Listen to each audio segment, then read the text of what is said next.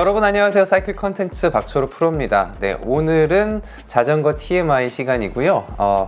바이크 매거진의 박창민 편집장님과 함께 이야기를 좀 나눠보도록 하겠습니다. 그래서 오늘의 주제는 자란이는 어디서 오는가입니다.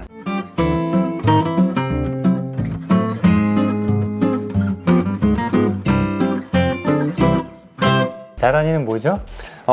자전거를 탄 고라니. 그러니까 이게 뭔가 합성어죠. 네. 이 자전거 타시는 분들 참 운전자분들의 이런 영상들을 유튜브나 이런 SNS에서 보면은 좀 억울하신 면도 좀 있어 보이는 그런 상황들이 좀 많이 보이더라고요. 그렇죠. 자전거 타시는 분들 중에 잘 타신 분들은 많긴 한데 사실 100분이 잘 탄다 하더라도 한 분만 이상한 분이 나타나면 그게 자란이가 되고 자전거를 몽땅 오도시키는 그런 일이 발생하죠. 맞습니다. 자전거를 타면서 자전거가 어떻게 가야 된다는 주행에 대한 기본 이해 그리고 그런 것들이 없다 보니까 이게 교육의 부재인지 경험의 부재인지 모르겠지만 그렇게 타는 방법이 맞는지 틀리는지에 대해서 누군가에게 이야기를 듣지 못했기 때문에 그런 것 같기도 해요. 자전거 도로에서 사고 나신 분들의 가장 많은 유형이 따릉이 타시는 분들이 갑작스런 회전에 의해서 추돌 사고 그게 그렇죠. 가장 많았거든요. 그리고 또 제가 이렇게 차랑 부딪히는 그런 사건들을 이렇게 보다 보면 자전거가 가는데 네가 서야지. 그런 분들이 있어요. 어르신들 네. 대부분 이제 그런 분들 좀 어르신이 좀 많으셨는데 약간 무지성으로 밀고 들어오시는 분들이 있습니다. 자전거로. 근데 그 반대 입장에서는 뭐 운전에 조금 이제 서투르신 분들이라면은 브레이크를 밟으려다가 엑셀을 밟을 수도 있는 거고. 갑자기 대처 못해요. 자전거가 그럼요. 생각보다 빨리 나오기 때문에 빨리 나오기도 하고 인지하기가 좀 힘들 것 같아요. 어떤 뭐 상황에서는. 특히 골목길에 네. 뭐 이렇게 코너가 있다든지 사거리가 있다든지 그런 데서는 튀어나오는 걸 미리 볼 수 없으니까 그렇죠. 갑자기 앞에 자전거 떡하니 진짜 고라니 튀어나오지 갑자기 뚝 나오는 거거든요. 그래서 지금 이런 문제들에 대해서 자란이로 불리는 이유 여러 가지 이슈들이 있지만 결국에는 교육의 부재라고 생각을 합니다. 그래서 이 교육 같은 경우에 어려서부터 교육을 받는다면은 참 좋을 텐데 라는 좀 생각이 들었거든요. 그렇죠. 외국 같은 경우는 아이들이 자전거를 부모와 함께 타는 경우가 많다 보니까 좀 자연스럽게 배우는 경향이 있는 것 같아요.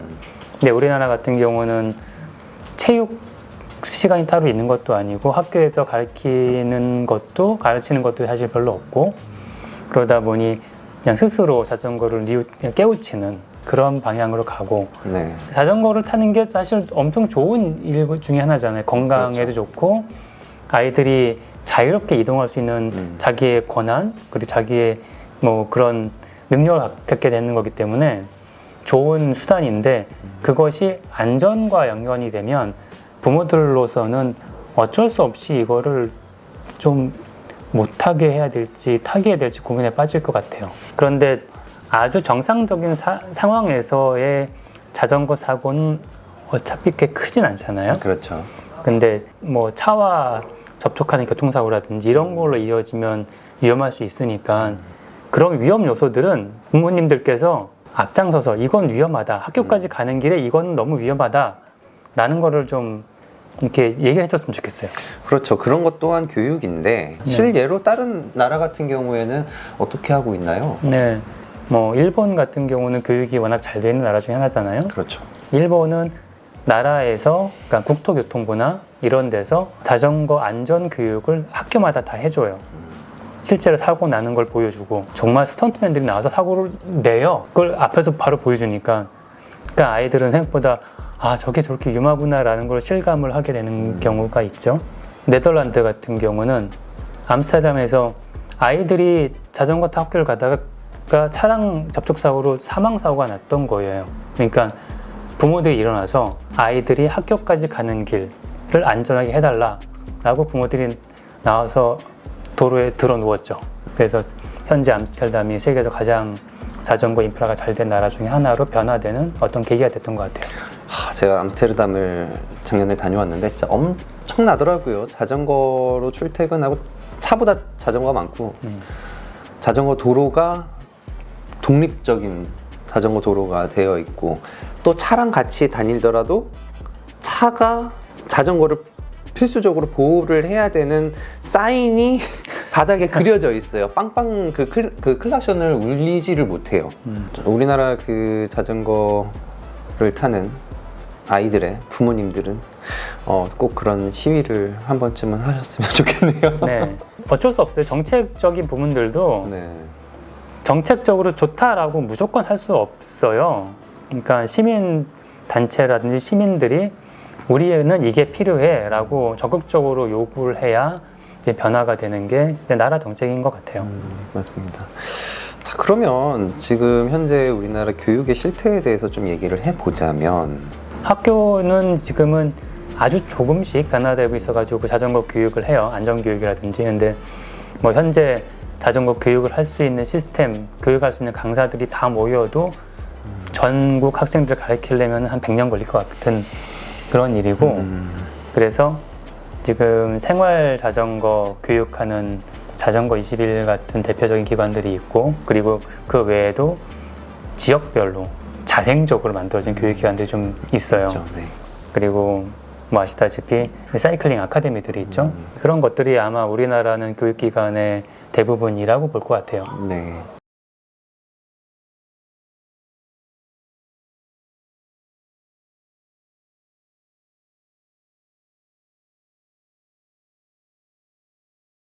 좀 안타까운 거는 정말 전문가들이 없어요. 지금 자전거를 제대로 알려줄 수 있는 그런 어떤 자료도 많지 않고 전문가라 하실 만한 분들도 많지 않고 은퇴하신 프로님들이 뭐 이렇게 가리키는 경우도 흔치 않고 왜냐면 제 후배들을 보면 이게 정말 자전거를 은퇴를 하고 나서 뭐 돈이 안 되니까 아카데미를 했는데 아카데미도 그냥 그렇고 그래서 자전거 사단법인 같은 자전거를 교육하는 기관들한테 그런 것들 좀 미루고 있긴 한데 그 기관들도 전국적으로 세보면 뭐 몇 개 안 되는 좀 턱없이 부족하죠. 그러니까 나라에서 지원을 해줬으면 좋겠다라는 생각을 하는데 뭐 얘기해보면 항상 좀 벽이 있어요.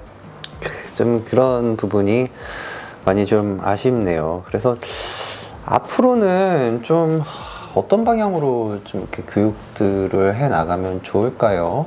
가장 좋은 방법은 아무래도 자전거를 판매하시는 분들이 조금 더 자신의 시간을 내서 약간 매뉴얼 같은 게 있으면 좋겠어요. 입문하신 분들이 하면 반드시 알아야 되는 뭐 브레이크 잡는 방법, 코너링 하는 방법, 차량 어떻게 이동해야 되는지 그런 기본 교육을 어떤 매뉴얼화돼서 대리점 주분들 그런 분들이 조금 서로 공유해서 그런 교육들이 좀 일어나면 그나마 자전거를 판매하시는 분들이 수익 사업을 하시는 거니까. 그렇죠. 뭔가 지금 교육 영상이라 할 것들이 많지 않습니다. 하지만 그래도 또 찾아보면은 또 없지 않아 있거든요. 그래서 뭐 자전거 샵을 하시는 분들 혹은 뭐 자전거를 뭐 가깝게 두고 라이딩 하시는 분들이 뭐 이렇게 많은 곳에 계신 분들 그런 분들이 그런 어떤 좋은 영상들을 각 커뮤니티에 좀 다 이렇게 자주 올려주시면 좋을 것 같아요. 네. 네, 그래서 저도 또 이번 기회를 통해서 많은 초보자분들, 입문자분들이 기초 교육을 영상으로 일단 기본적으로 하실 수 있는 그런 영상을 좀 만들어 보도록 하겠습니다. 이거는 제 올해 미션이겠네요. 재밌고 안전하게 탈 수 있는 방법이 기본이 되면 그리고 많이 늘잖아요. 그러면 네. 많이 늘면 인프라는 좋아지거든요. 맞습니다. 그래서 그런 약간 순방향으로 갈 수 있는 그런 해가 되었으면 좋겠습니다.